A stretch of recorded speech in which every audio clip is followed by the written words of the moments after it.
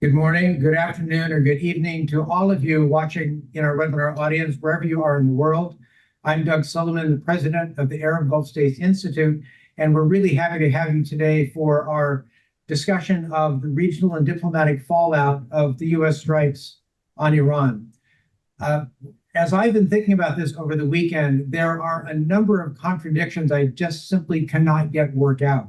Why has the president, who ran on a platform of forswearing any involvement in future forever wars, particularly in the United States, decided now to attack Iran?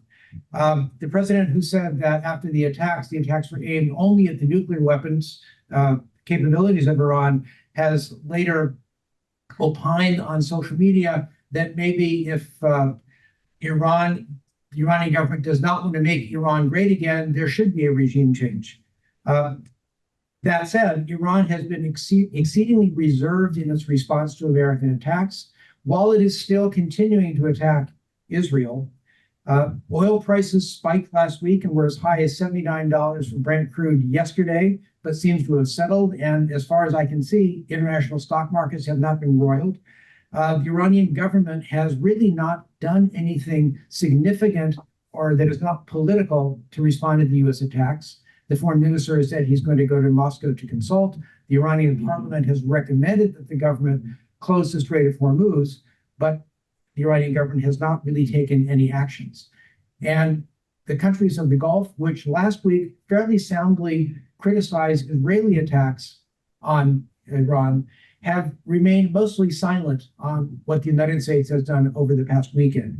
So to try to work out some of these seeming contradictions and find what might be alternate paths forward, we have brought together the brain trust from AGSI, and we're very happy to let them work through these and other issues that they say. We've got Dr. Kristin Diwan, Senior Resident Scholar at AGSI. We have Alfoneh, Senior Fellow at AGSI, and moderating the conversation is Hussein Ibish, also Senior Resident Scholar at AGSI. So, Hussein, I will hand the baton to you and to Kristin and to Ali, and I will sit back, pop out, and listen to the conversation. So please, the microphone is yours. Thank you, boss. I appreciate that. That's Ambassador Doug Sullivan. Again, I'm Hussein Ibish and Senior Resident Scholar at AGSI, and along with my esteemed colleagues here, we are going to try to sort things out. It is potentially confusing, although I do think we can make sense of a lot of what's happening here between the U.S. and Iran. I mean, I'm going to take a stab at the first question Doug threw out there. Why did the president who ran on a platform of being opposed to forever wars decide to attack Iran? And I'm going to see what you guys think of that same question, but I'm going to have a stab at it because I've been up since before 6 a.m. doing media, and everybody's asking some version or another of that question. And I think the answer comes back inevitably to the fact that, well, he was skeptical, and this is my own take here, while he was skeptical of Israel's plan to attack Iran and kind of tried to dissuade them from it, he wasn't willing to do much to talk them out of it and preferred ultimately to sit back and wait to see what happened. He was kind of shocked at how well the Israeli attacks on Iran were playing with his base in Fox News, and that he was getting increasingly annoyed with not being part of the military hoopla praise machine that was being heaped at Israel on right-wing media. And knowing that he had the bunker busters and the B-2 stealth bombers from Whiteman Air Base in Colorado, and that they didn't, and that he had at least one opportunity to make use of them and put himself in the forefront and steal some of the thunder from Netanyahu, and that he'd only need to do it once, he went ahead and used them last Saturday, and then immediately cast the whole thing as potentially a one-off. We'll get to the regime change issue in a second, but I want to ask both of you, and I guess I'll start with Ali today, and then go to Kristin. Why do you think Trump acted on Saturday? What was the proximate cause for this supposedly, let's say, uncharacteristic maneuver that I think was entirely characteristic? Good morning to you all, and thank you so much for providing me with the opportunity to share my analysis with you. As I have said before, President Trump came into office with a grand vision of peace. A part of that was finding a negotiated solution to the crisis over Iran's nuclear program.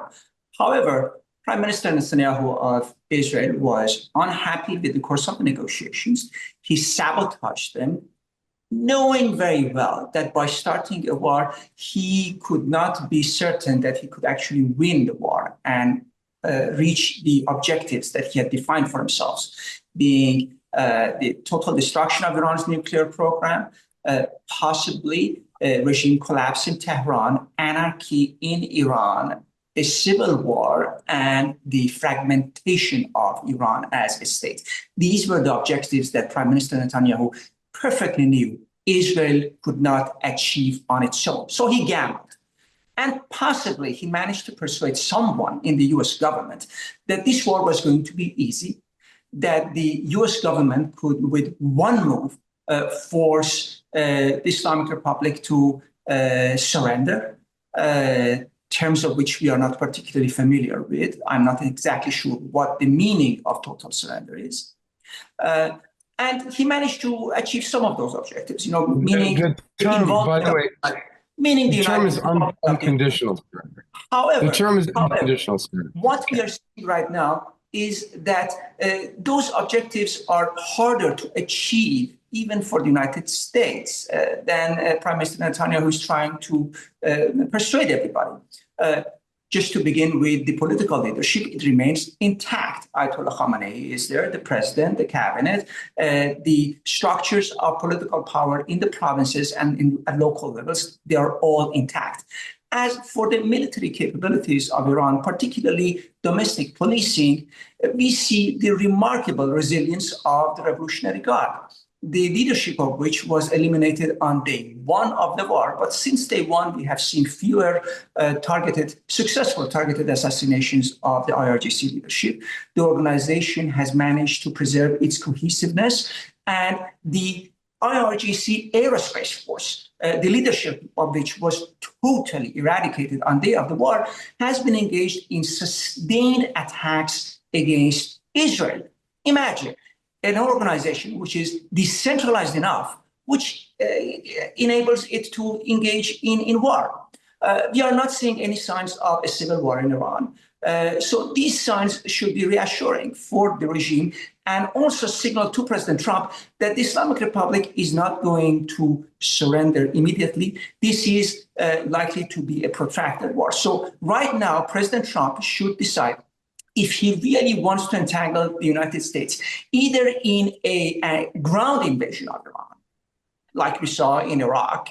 I find it unlikely, but that is the choice that the president is going to make, or engage in a prolonged air campaign against Iran, eliminating systematically members of the political and military elites of the Islamic Republic in order to achieve regime collapse. That is, again, one of those choices that the president has to make. And the president also needs to prepare for Iran's likely responses. Until now, as Ambassador Suleiman correctly pointed out, the Islamic Republic has acted extremely prudently, has not been trying to engage the United States in a direct conflict with Iran, but we do not know how long it is going to last.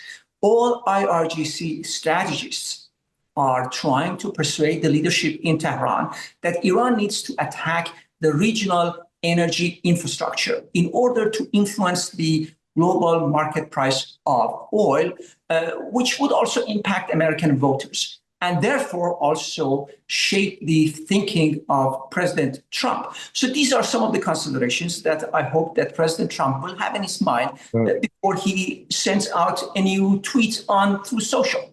Yeah.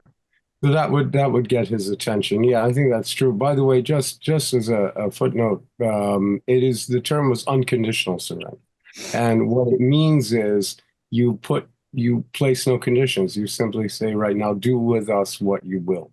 But what confuses no, it's me, preposterous. No, it's just. what confuses me, Hussein, is that I'm not entirely sure the president knows what his demands are from Iran. No, he doesn't. Yeah, no. Okay, so I don't want to let that stop us from turning immediately to Kristin. Kristin, what do you think? And I'll leave it up to you how you answer. You know, what angle you take on so much. Well, I'll answer your question directly. I think Trump, if nothing less, he's somebody that does understand power. He understands weakness, and he understands leverage and how he can use that. And I think you're right, Hussein, that he saw once the Israeli campaign had started that Iran seemed to be in an extremely vulnerable position. You know, the Israelis seemed to have cleared the way and had, you know, them in some form of where their military leadership seemed, you know, somewhat confused and deleted, and the Air Force as well. So I think it was an opportunity, and I'm sure he had a lot of people trying to sell him on that this would be historic opportunity. This is something that the U.S. has wanted. It's been a major objective for a long time to eliminate the nuclear threat of Iran. And my understanding is that the leading generals were supportive of that as well. So I think he saw a moment, and I think probably he thought, was persuaded that it could be a one-off and could be easy. Not easy, but, you know, would not be like an involved forever war. So I think he sees that opportunity. I'm not sure at all that he has the appetite for something much longer. But I think we don't really know yet how this will play out. I think a little bit of the language I'm seeing this morning from some sources inside Iran are sounding a little bit more bellicose. Ali would be the one who could interpret whether these ones are significant ones or not. I saw the U.S. Embassy this morning in Qatar asked all Americans to shelter in place, which is a bit concerning. So I think that just underlines that it's a period of uncertainty. I think Ali will probably tell us all the different options that Iran has on the table. But I think for the moment, it's really in Iran's hands how they choose to react. I would tend to suspect that they're smart enough right now that they would tend to want to look at a longer term strategy, which might not be such a foot forward strategy of trying to use, you know, massive force, but could use pressure that was a little bit less kind of hit here and there, and then plan for a longer, even 3-4 year strategy of kind of subterfuge and retaliation. But we don't really know. But I'm not sure that this American president has fully gotten his head around what those potential future dangers, I guess, could be for the U.S. basically stepping into the war at this point. Yeah.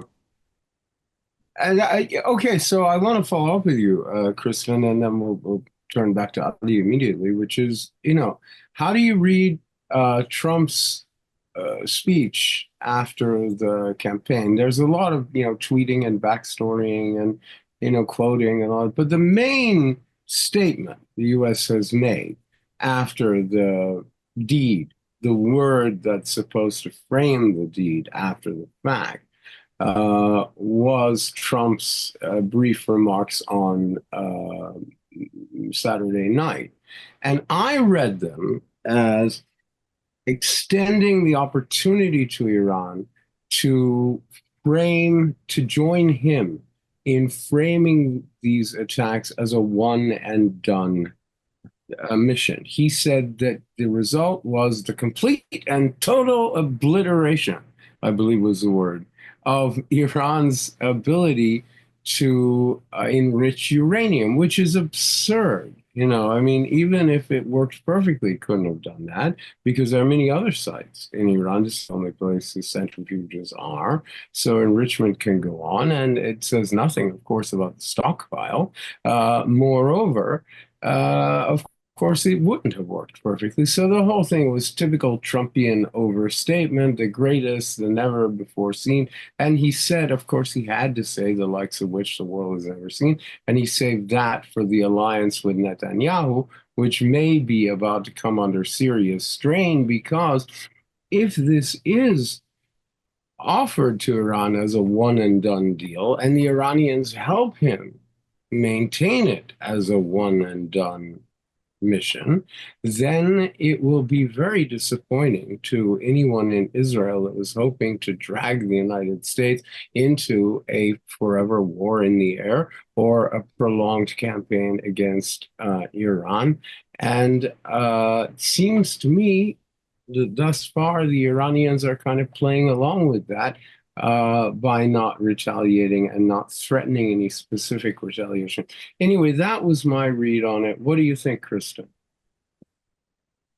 No, I think you're right. And of course, that would fit very well with like what Trump would like to see, that he showed overwhelming force. I mean, these were big bombers with big bombs hitting the main target, after all, which is supposedly taking the whole nuclear threat offline. And then you could say, okay, the war's done. We can make an agreement and be done with this. So I'm sure on some level that's very much like what he would like to see happen. Again, I'll defer to Ali, but I very much doubt that that's where Iran would want to settle things right now. I think probably they're happy to try to keep the U.S. out of the war in a super substantial way, especially given that perhaps Trump isn't that really eager to get into the war. I mean, we'll see. And that's why I suspect, again, that they might try to use, kind of small attacks in the Straits and, smaller things that are like not overwhelming type things that would definitely demand a huge response, like hitting major oil sites in the Gulf for attacking U.S. forces directly, but other kinds of things that might kind of keep small pressure on, but not invite the U.S. fully into the war.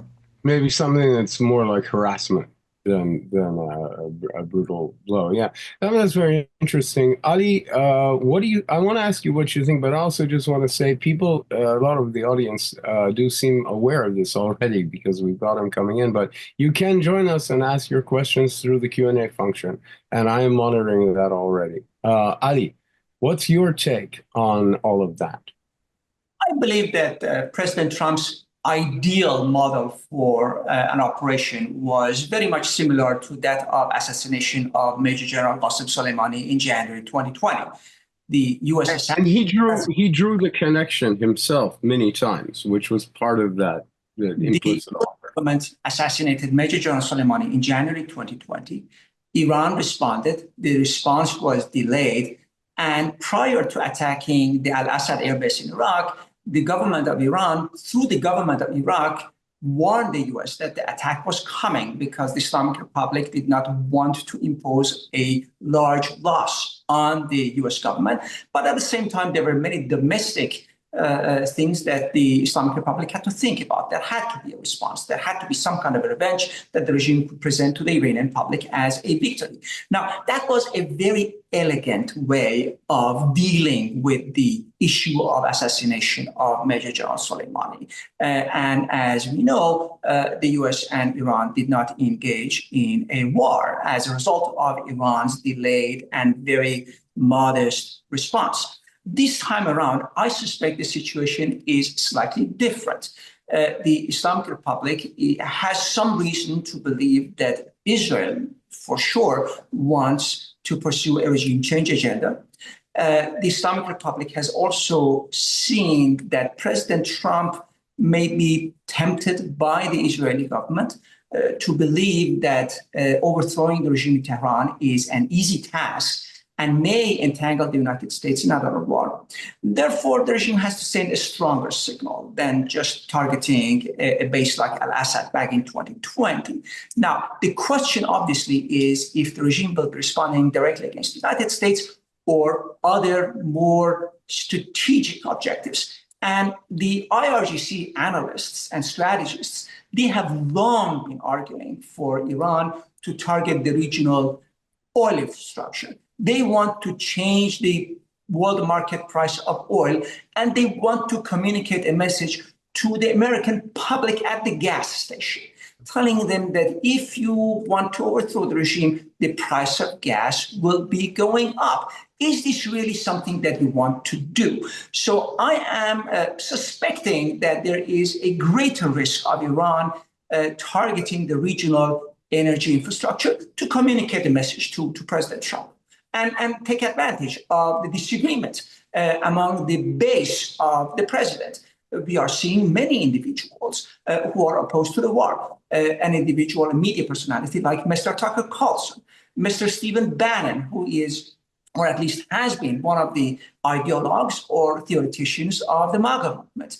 We are seeing the Director of National Intelligence, Ms. Tulsi Gabbard. We are seeing the gentlewoman Marjorie Green. So all of these personalities are forming an anti-war coalition in Washington. And particularly on top of them, and most importantly, obviously, Vice President Vance, who has consistently won against the war, which would impact the global price of oil. These are the individuals with whom the Islamic Republic needs to communicate messages and hopefully also engage in negotiations with. I do hope that the president of Iran will be meeting Vice President Vance for negotiations. Very different and much higher levels of negotiations in order to solve the crisis. Kristin, I can see you mulling this, and I want to frame it, I thought you had something ready, but I wanted to turn to you and say,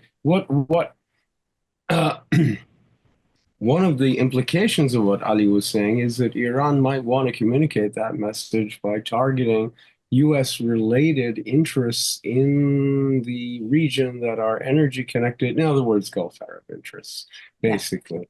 Yeah. What do you make of that? And what do you make of the reaction thus far of key Gulf Arab countries, especially Saudi Arabia and the UAE, to a lesser extent, Qatar, Kuwait, Oman, etc., and Bahrain?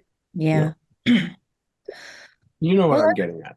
Yeah, absolutely. Well, I wrote a piece last week before the U.S. got involved called The Gulf Bystanders. And it was a little bit strong, the title, but I think it was trying to stress the point that in a really real way, the real decision makers here were, initially Israel, the United States and Iran, and the Gulf states, although they have persuasive abilities, they have been very clear in what their interests are, and they have, in the initial instance, strongly condemned the Israeli attacks on Iran, and they have, in fact, again, condemned the U.S. attacks on Iran, some in stronger language than others, but all of them have put out and issued statements saying that they were against this escalation and would want to see, moves towards negotiation and greater concern for the overall stability of the region.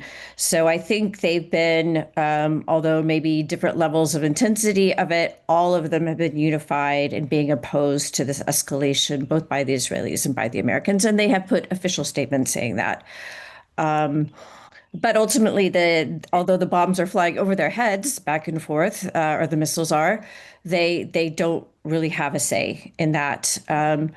So that's why I called it that they're just sort of standing by and waiting for the others to decide.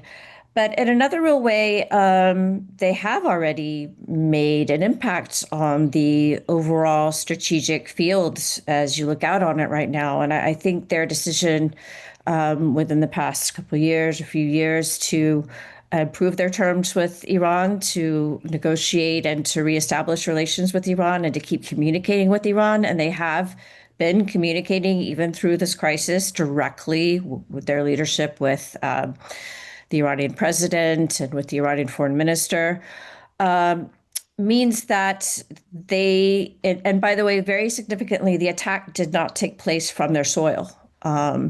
The bombers were sent from the United States, even though we have all of those bases there, obviously right next door to Iran. They were not used directly in the attack. Al Udeid has got uniquely runways that can accommodate the B-2 bombers. But you're right. That was very important, and the airspace was not Yeah. used. So I think that is significant. I mean, I'm not a Yeah. total military person. Maybe I'm wrong, and there's some elements that are being used in terms of surveillance. I'm sure there's probably something like that. But I think they have, in large part, tried to both, in terms of what they're saying and what they're doing, stay out of the conflict. They're clearly not encouraging this attack on Iran. And I think basically that means that when Iran is looking over and considering something like what Ali is saying that they might do, and in fact they may do it, they now have to register in their mind that they have something to lose. So if they go and they start to attack Saudi oil facilities in Saudi Arabia or gas in Qatar or something like that, they're giving up a real asset that they have right now, which is that the Gulf states are actually speaking on their behalf in the arena. I really like the way you. I'm In sorry. that sense, I just think it's worth underlining that they have shifted the global decision-making environment. That doesn't mean that they will be decisive, but I think it's very important to note that. So I really like the way you're framing it. The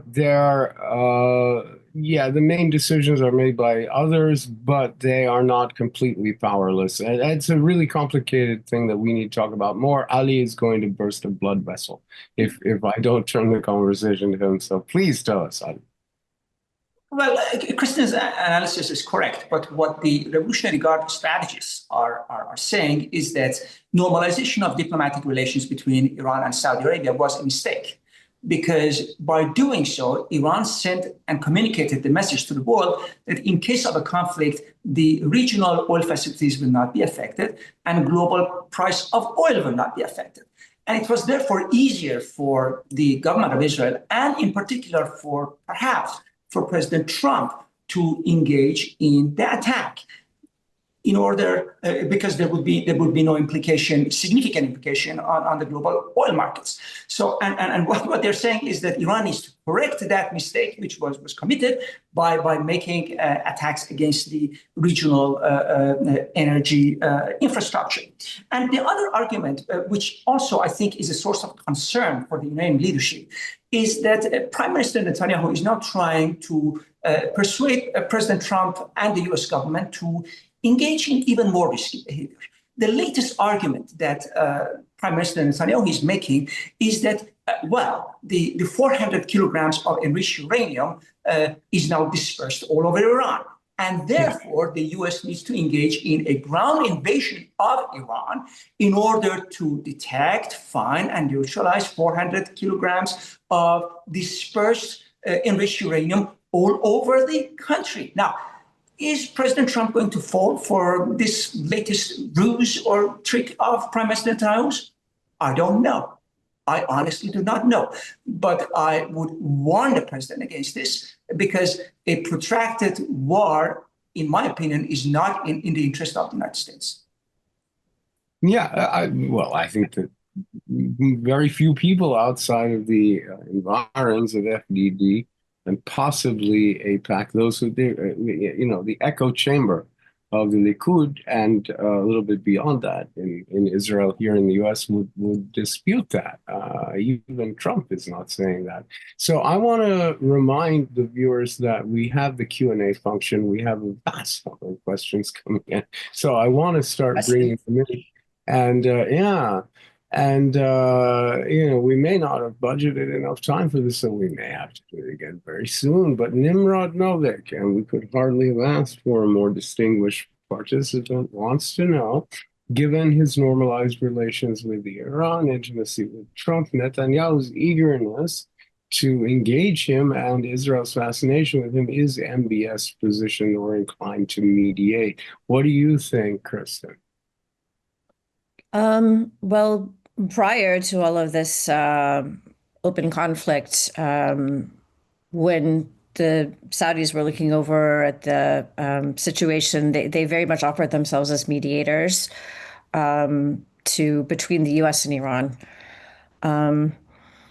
So I think they would absolutely be open to that. I don't think that they're sort of the prime ones doing that right now, though. I mean, we've seen it working its way through Oman.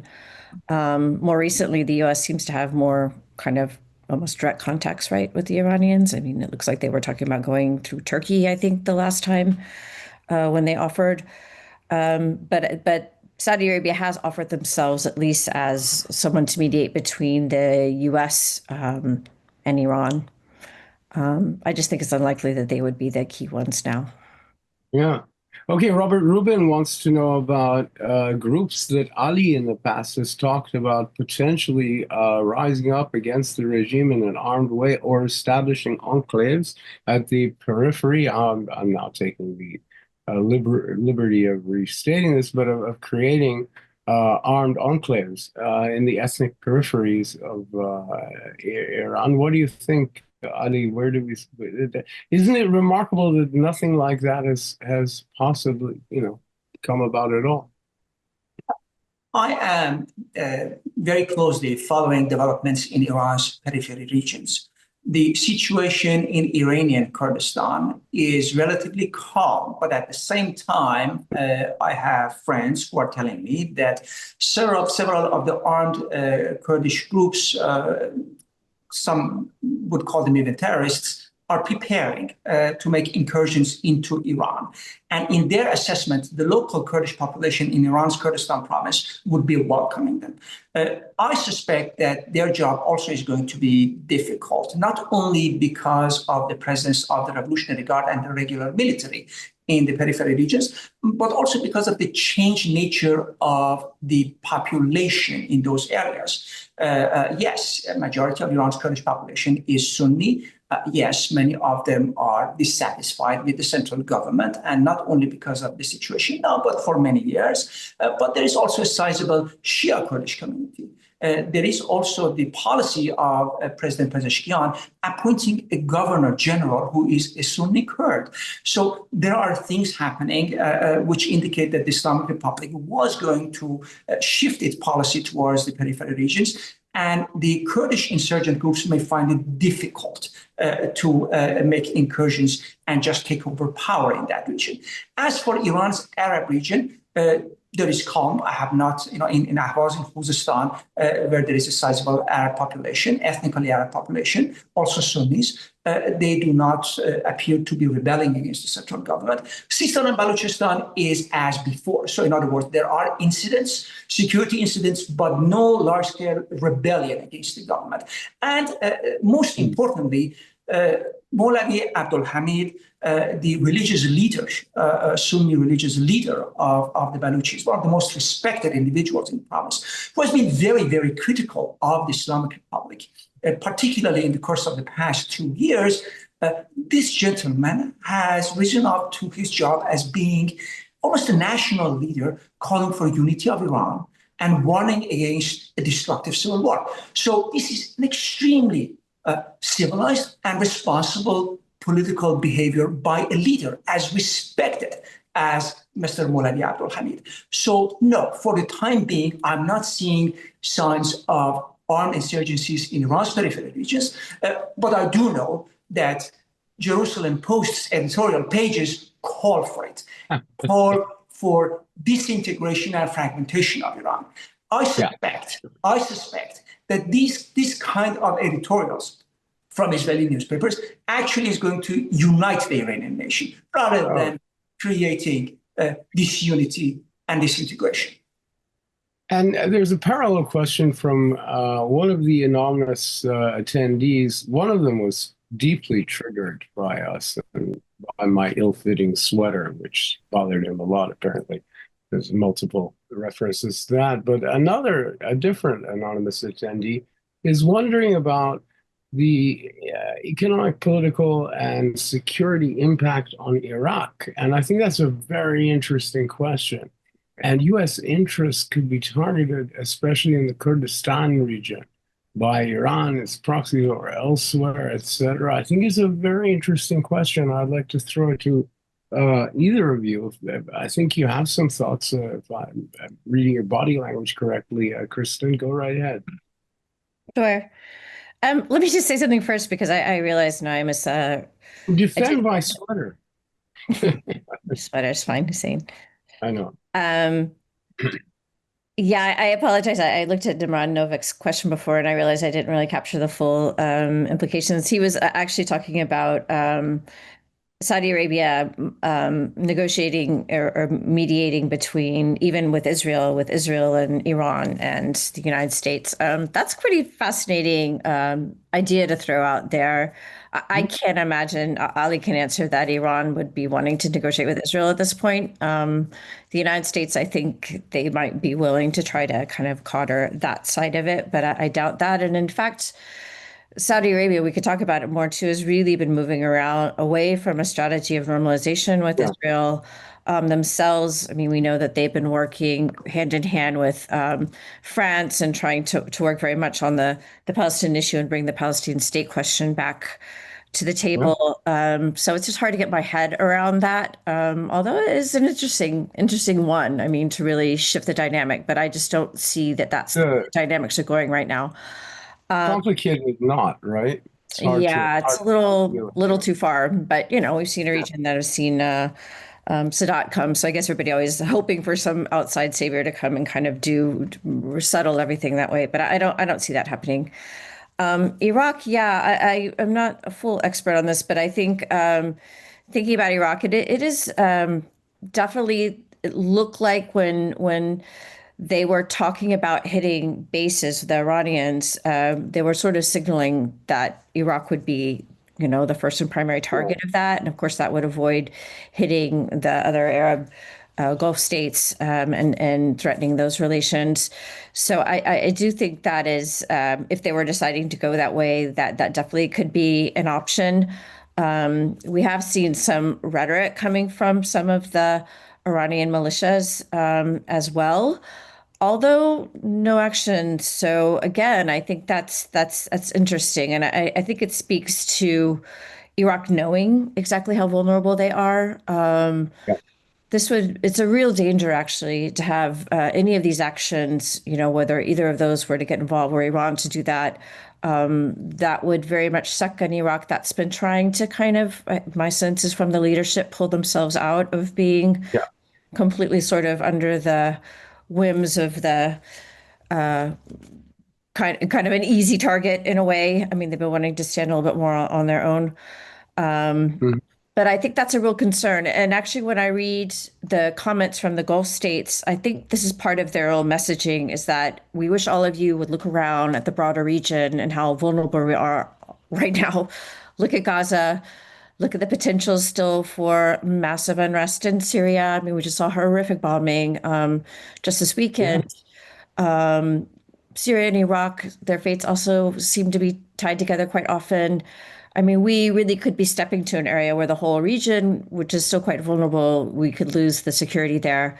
So I think, yeah, it's a real concern that Iraq could get pulled into And, this. And I think they're more vulnerable for being destabilized by action between Israel and Iran and the US. yeah, I would throw into that mix the everything you just said is right, and you can throw into that mix the apparently ISIS attack in Damascus, right, which is another manifestation how fragile so many of these societies that appeared to be coming out of a phase of either extreme instability or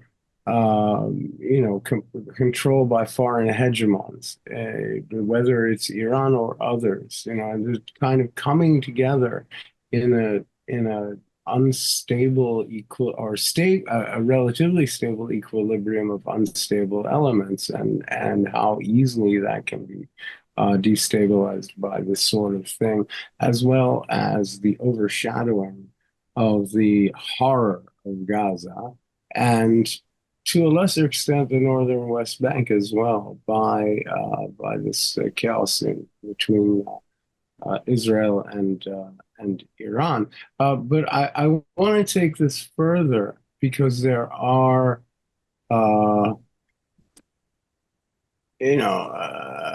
additional questions being raised by various attendees, and one of them, which go to all of this, and I think Ali can answer some. What about the potential for Azerbaijan taking control of border areas between Iran and Armenia in case of regime collapse, or more autonomy in Iranian Azerbaijan. What about the Azeri element, basically? And also, what about, I'm just going to throw this in here, what about Iran's threats? And several questions asking about that too, or previous threats. It's not right now so much, but long history of threatening to shut down the Strait of Hormuz, or blockade it, or in some way use that as leverage. What do you think, Ali? Thank you. These are excellent questions. Starting with the issue of Azerbaijan, the Azeri population living in Iran is bigger than the entire population of the Republic of Azerbaijan. In other words, if President Aliyev truly wants to take over the Azeri regions in Iran, he needs to share power with a number of people who exceed his own entire population in Azerbaijan. Is he truly willing to share his oil money with them? Is he willing to share political power with them? I doubt these things. The other part of this question is also interesting, because Iran is perceived by many as dominated by Persians, which is completely incorrect. The president of the republic, Mr. Pezeshkian, Dr. Pezeshkian, I should say, is an Azeri. His Persian is extremely poor. When he's speaking Persian, in reality, in his head, he's translating from Turkish into Persian before he utters. And you can tell. Yeah. Ayatollah Ali Khamenei's mother is an Azeri, was an Azeri, I have to say. So Azeris do not belong to a marginalized minority group in Iran. They are the ruling elites of Iran. They have been the ruling elites of Iran for the past 1,000 years. So I am not expecting bigger issues in Iran's Azerbaijan region. As for the Iraq, and also the vulnerabilities of the regional oil infrastructure, and also the issue of possible peace negotiations, either between Iran and Israel or some regional actors such as Saudi Arabia and Israel. The play of the Revolutionary Guard strategists is this. They are arguing that Iran should be targeting regional energy infrastructure, after which major energy importers of the world will put pressure on Israel to stop bombing Iran. And once and if Israel stops bombing Iran, the Iranian leadership in Tehran declares victory, says that Israel lost. Now, if this does not materialize, this scenario, this does not play out this way, Iran is perfectly okay fighting a war of attrition against Israel, but not against the United States. So there may be a separate peace with the United States, which does not necessarily include peace with Israel. This is a scenario that we saw between the United States and the Ansarullah in Yemen, the Houthis. President Trump was asked, Mr. President, now you have engaged in peace with the Ansarullah. What happens if Ansarullah keeps bombing or shooting missiles, launching missiles against Israel? And President Trump responded, I'm okay with that. Now, that's an interesting answer. And I think this is an answer which will be guiding the behavior of the Islamic Republic. And finally, also an issue which has to do with regional energy sector, but also the matter of minorities.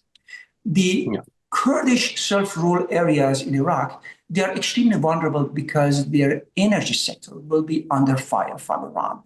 In other words, Iran's message to them would be that if you give freedom of action to terrorist Iranian Kurdish groups based in Iraqi Kurdistan and encourage them or somehow help them to make incursions into Iran, then your energy sector will also be damaged. So I think that until now, the Islamic Republic has been very careful and very prudent in its approach to responses to the attacks. And I suspect it will continue. But that, of course, also necessitates that we have prudent, patriotic politicians, true statesmen like Vice President Vance, playing a bigger role in negotiations between Iran and the United States. He is a statesman who understands. I understand. I very good appreciation of long-term U.S. interests.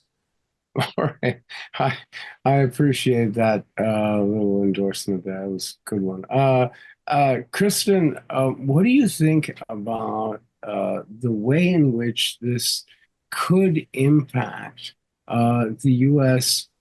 Relationship with Gulf Arab countries in terms of how its security role is perceived and the extent to which security has been a defining or an overestimated element in the relationship? In other words, are we thinking about this in the wrong way? If we start thinking of it in these terms. So can you address that? Because we've got several questions getting in that direction.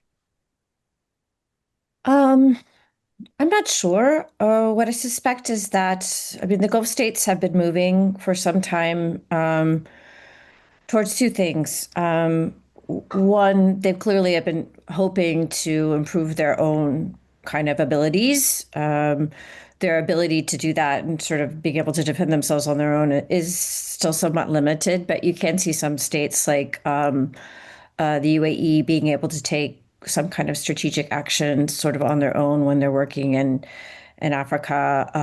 You could see the way that they intervened, well, unsuccessfully in Yemen, but at least attempting to do that, many of the Gulf states. So there's an element in which they're trying to rely more on their own. The even bigger overarching strategy has been one of regionalization, which means they need to kind of understand the dynamics of the region and ally with or make accommodations with maybe one of the bigger partners in the region aside from the United States. That's interesting because that hasn't gone so well, right? I mean, that you Right. can see that the Abraham Accords is an example of that. Like the UAE saying, okay, well, if the US isn't going to be as active anymore, then we need to look at the other big powers, and maybe Israel is one that can be useful. Israel Yeah. has not been helping to bring stability in the region. Right. So I don't know how they're thinking about this. I mean, I Well, that's a really interesting point. I want you to elaborate on that a little more. So that 2 years ago or 5 years ago, Gulf countries, I think many of them, whether they were, interested in, having a normalization with Israel or not, would have seen Israel more on the stabilizing powers part of the ledger than the destabilizing powers. But right now, to what extent do you think has Israel redefined itself in the minds of Gulf countries and their strategic thinkers as a source of tremendous destabilization, and not just because of the unresolved Palestinian issue, but because it is a destabilizing power? Well, I think they rightly saw Israel as a potential asset when they were thinking about the overall transformation of their economies, when they were still looking at Iran as this big strategic threat, the kind of intelligence factor and things that they could use from Israel, the technology that they could use in their diversification. Plus just having good ties with them, how that might help them against other strategic competitors. But obviously things have really shifted since then. One, I think Iran has been now perceived as a little bit less of a strategic threat. I mean, obviously a lot of that is due to, well, first off, their ability to kind of neutralize them through their own negotiations with Iran and détente with Iran. But even more, we have to say by the actions of Israel itself, of course. Now, I think they probably look to Iran. I mean, the instability of Iran is kind of almost more of a threat now. But they don't see Iran as much, well, they haven't. We'll see like how this changes now with it being more of a violent situation, but as being as much of an intervening kind of threat. On the other hand, Israel now has started to look, you're right, more like a destabilizing force in the sense that since October 7th, it has looked to, in a way, expand from itself, kind of like how Iran used to do, but in a different way, I guess. An outward kind of, okay, well, we need to hold territory in Lebanon. Maybe we need to hold territory or make sure that there's not a settled government in Syria that might threaten us. We need to take care of Iran. So they're sort of expanding, I guess, in their role, and not always in a way that looks towards a longer term security. So yeah, I think they are looking at Israel a bit differently right now, and that's what they're trying to say. And I think that does mean when a lot of people are saying, "Oh, well, they normalize with Israel now," I think part of their calculation now is like, okay, we were worried about Iran. Now, do we need to worry about Israel? And maybe they would rather have some kind of balance than have a dominant player there. Yeah, but playing countries off against each other only works for a brief period of time, and it relies on keeping the balls in the air in a very difficult way. I want to turn back to Ali for a second. I got a pretty interesting question here from Howard Newman. What can Iran ask at this point in return for giving up its nuclear ambitions? I mean, what might Iran be willing? Let's go back to this idea of a deal, because I think by no means is that off the table. In fact, it's the way out for everybody, right? To some extent, you could try going back to the status quo ante or something like that, but that's not really that doesn't have a very solid shelf life, right? It looks vulnerable. It looks very, we keep saying unstable, and we keep using the term instability, but it seems to me that's a justifiable one in this case. So the question really is, what sort of deal could you get between Trump and Iran at this stage? And I want both of you to talk about it, but begin with Ali, please. I'm not entirely sure what the United States is demanding from Iran. And I'm also not entirely sure what it means to give up the entire nuclear program. Is the Islamic Republic going to trust the United States? Is the Islamic Republic going to trust Israel? How can it secure its own survival? I suspect that Iran will hold to the 400 kilograms of highly enriched uranium. Unfortunately, I am expecting a lesser degree of cooperation between Iran and the International Atomic Energy Organization, the director of whom Iran consistently now is accusing of engaging in espionage and in sharing information about Iran's nuclear program, but also Iran's nuclear scientists with Israel. And is also making the argument that the Israeli Mossad has used that information to assassinate those nuclear scientists. So I think it's going to be very, very difficult to create trust between Iran and the IAEA, and also have some kind of trust-building measures between Iran and the United States. Let's look at other difficulties, which again would persuade Iran to hold at least to its cache of highly enriched uranium. What guarantee is there that the United States is going to remove economic sanctions against Iran? Yeah. None. So my argument, unfortunately, is that what we are entering is if the regime survives, and that is my suspicion that the Islamic Republic will survive as a regime, Iran is going to be somewhat like Iraq in the 1990s, but more dangerous. In other words, the regime is under constant bombardment, almost weekly. That was the case under the Clinton administration in the 1990s. There would be possibly at some point in the future, there may be some kind of a rebellion in the peripheral regions, and there will be a risk of a civil war.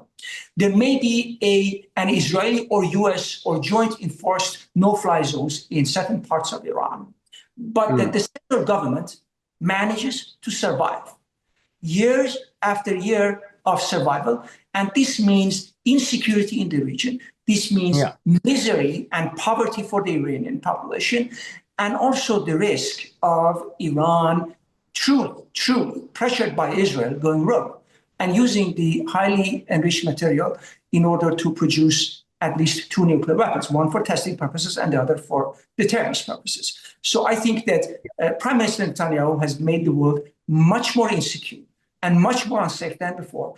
And I do hope that the president and government of the United States do not entangle the United States in another forever war. But we will see what will happen.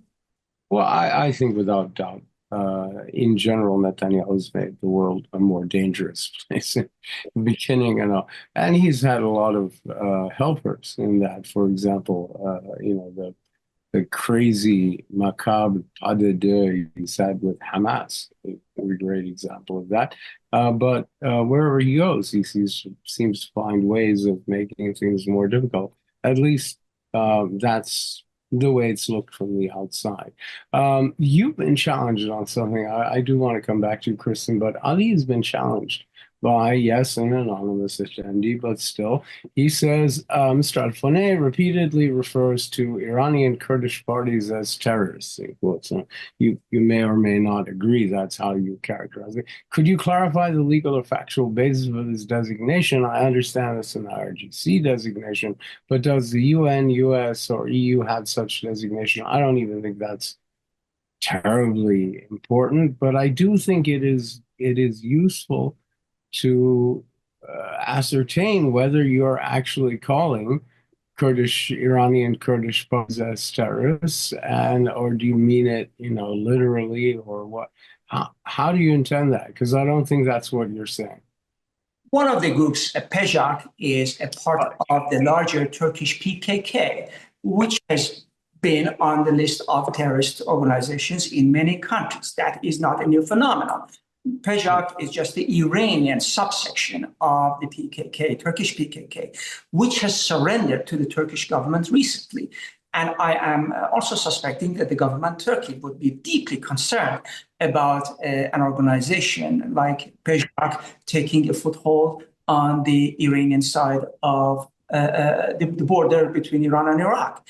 The other organization is Komaga, which has engaged in assassination of nuclear scientists in Iran on behalf of Israel, and has also engaged in use of car bombings. I will leave out the question of hijackings in the region in order to get ransom from the families. That is a tradition going back hundreds of years. But on these regions, I'm using the term terrorist for these specific. Okay. Not the population, not the Kurdish population. No, I understand. I understand you're talking about. No, and you've been the Kurdish population anywhere.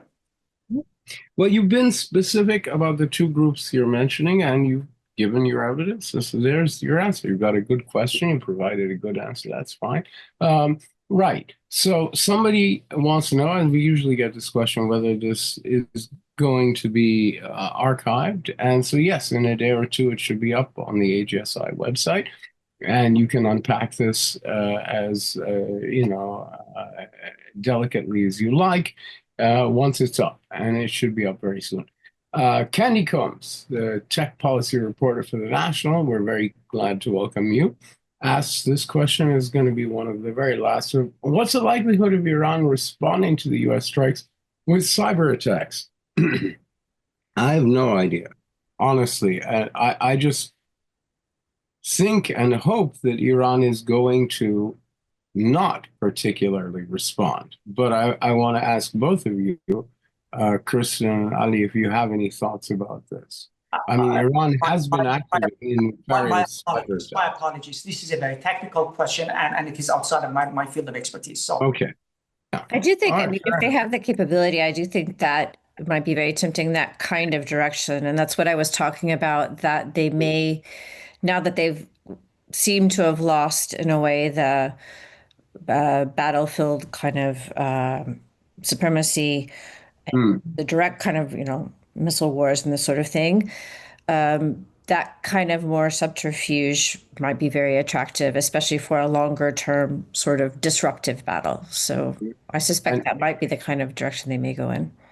Well, it makes sense, because it also includes deniability. It includes the potential for a breathing space, but and doesn't bring the U.S. necessarily directly again to joining the battle. You have to doesn't force the hand, right? Doesn't force the American hand and cause Trump to go on some chest beating rampage. On the other hand, there's a downside to that from the regime's point of view, which is, while the targets of such an attack may understand it for what it is, And the US government might get the message, and governments and security experts around the world might understand it for what it is. And that is to say, a painful response or a legit response to, this attack. The Iranian public won't. In other words, they won't be precisely for the same reasons that you point out. They won't make matters worse militarily and strategically. It won't also help the regime, claim that it has done everything it can to respond to the US and it has taken appropriate measures and all of that sort of stuff. That's my thought. I don't know if either of you have anything urgent to say about that. If not, I'm going to take one more question from the floor. Go ahead, Chris. Did you have something to say? No. No, go ahead. You wanted to take one more question? Go ahead. All right. Yeah, I want to take one more question. And then I'm going to have a final one to wrap up. But an anonymous attendee, love that, asks, do you believe that Gulf Arab countries are briefed in advance about U.S. military actions like this, or are they kept largely in the dark? But I want to say that this is my view, and I want each of you to give your views. My view is that generally speaking, when their assets, airspace, etc., are not involved, I don't think they get any detailed heads up long in advance. I think it's dependent on the perception in the United States of what countries' interests are being utilized, right? Not that are being placed at risk. That's how I think these things are evaluated in the bilateral and multilateral relationships between the US and GCC countries. Kristin, what do you think? And then Ali. I don't know. I'll leave it to you. I have no idea. Okay, Ali, do you have they didn't, I don't think they flew even over Gulf territory this time. So No, I don't believe they did. I think Democrats weren't told, by the way, in the House, so maybe the Gulf states were told. Precisely. The officials in the Congress that are Democrat were told. Right. I do not know the answer to this question, but I will use my time trying to wrap up my argument.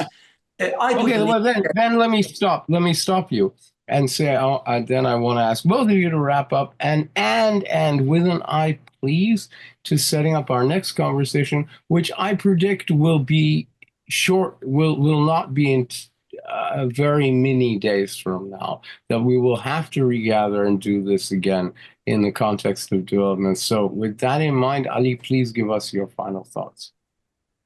I do understand that President Trump has communicated many messages to the Iranian leadership after the attack, making the argument that the bombing was a one-off, also making the argument and also trying to persuade the Iranian leadership that the United States was not going to engage in regime change.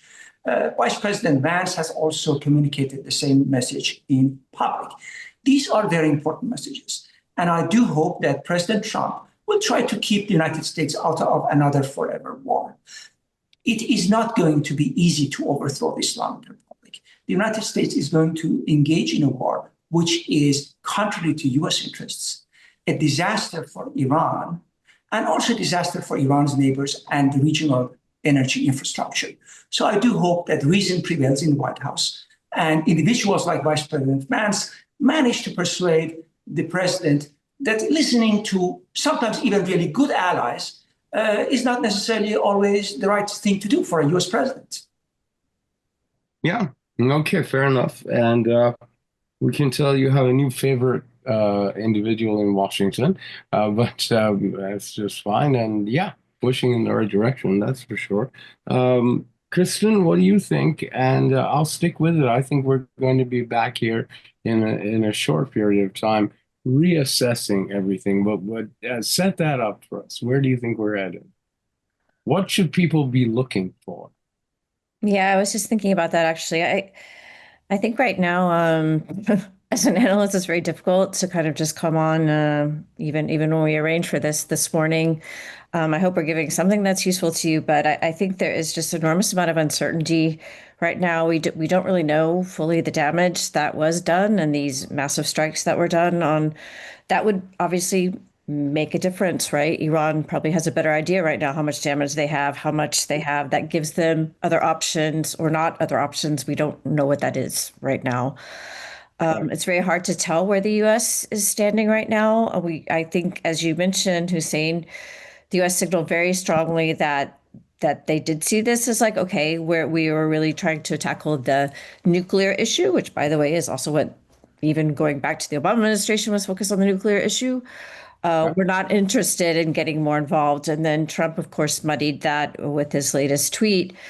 I don't know if that's just more like strategic obfuscation, but I know it makes it not just harder for analysts to figure out the direction, but also, the others in the region, such as the Gulf states, exactly which direction everything is going. So I think we probably just have to accept for the moment that we're in a period of a lot of uncertainty as to both what is the reality on the ground that we're living with. Some things we know, but there's a lot of things we don't know.